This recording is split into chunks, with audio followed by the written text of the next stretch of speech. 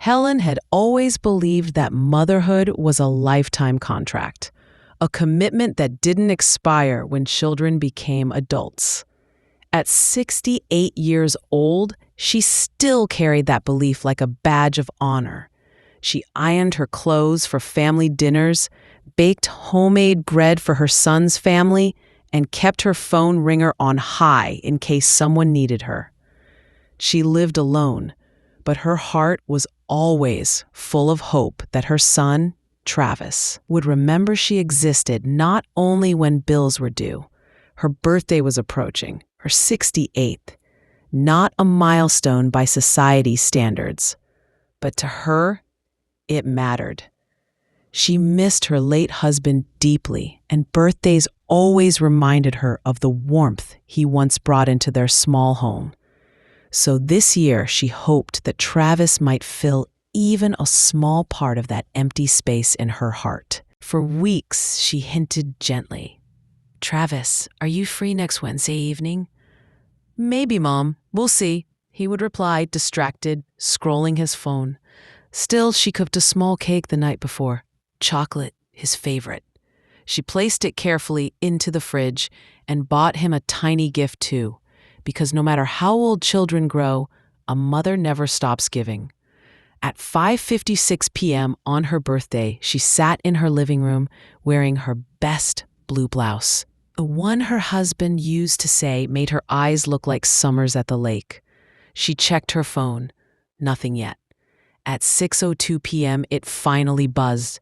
A message from Travis. "Mom, plans changed. We're out with important people tonight. We'll celebrate with you another day." Important people. 2 words that dropped onto her chest like bricks. She read it 3 times, hoping she misunderstood. But the words didn't soften, didn't change. A slow chill crept through her hands. She put her phone down gently, afraid that if she held it too long, her tears would splash on it.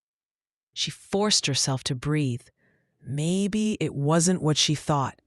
Maybe he truly had a last-minute change. But at 8 p.m., her doubts disappeared. She opened Facebook, a mistake she would regret. There they were. Travis, his wife Emily, and Emily's parents at a fancy restaurant downtown. They wore clothes clearly chosen for a celebration.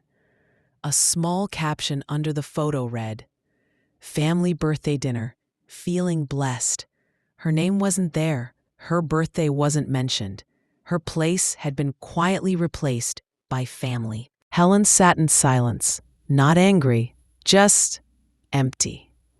Tears finally came, slow at first, then freely. She wasn't jealous of Emily's parents. She was heartbroken that her son didn't even think of the woman who raised him when she had nothing but love and old-fashioned determination. She wiped her eyes and went to the kitchen. Her small chocolate cake sat untouched in the fridge. She took 1 slice, ate it standing by the sink, and whispered to the empty room, "Happy birthday, Helen." The next morning at 10 a.m., her phone rang. Travis. She hesitated but answered. "Mom," he said casually, as if nothing had happened. "Emily and I need $700. Rent's due today. Can you send it? We're already short this month." No apology, no happy birthday, no acknowledgement of last night's cruelty. Helen stared at the wall, and something inside her shifted. A door that had stayed open her whole life quietly swung shut. "Travis," she said softly, "I've decided something." "Yeah?" "I only help people who treat me like I matter." Silence. A stunned, confused silence. "What does that mean?" he asked sharply. "It means," she continued, her voice calm and clear, "you'll need to handle this month on your own." "Mom, seriously? This isn't funny. We need you." "I needed you yesterday," she said. "You weren't there." She hung up. For the next hour, her hands trembled, not from regret, but from the unfamiliar feeling of choosing herself. She sat down and took out a notebook. She began writing every payment she had made for Travis and Emily over the years: rent, car repairs, utility bills, groceries, childcare, interest-free loans she never mentioned, never got back, birthdays she financed, vacations she couldn't afford because she had helped fund theirs. The total stunned her: nearly $25,000 in 5 years. 5 years of giving, hoping he would someday give her a moment of appreciation. 5 years of filling their fridge while hers held leftovers. 5 years of bailing them out while they forgot her birthdays. She closed the notebook and made herself a cup of tea. And for the first time in decades, she thought about her own life, not through the lens of motherhood or sacrifice, but as Helen. Helen who loved gardening. Helen who used to play piano. Helen who once dreamed of traveling. She realized she had spent so long being needed that she had forgotten how to simply be herself. 2 days later, she walked into the bank and canceled every automatic transfer to her son. She opened a small vacation savings account and deposited $1,000 into it. Money meant for her. That evening, Travis called again.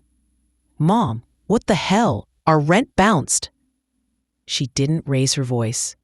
"Travis, you're 35. You're capable. You just haven't had to be. You're being cruel," he snapped. "No," she said gently. "I'm being fair to myself." He hung up on her. She expected to feel guilty. Instead, she felt lighter.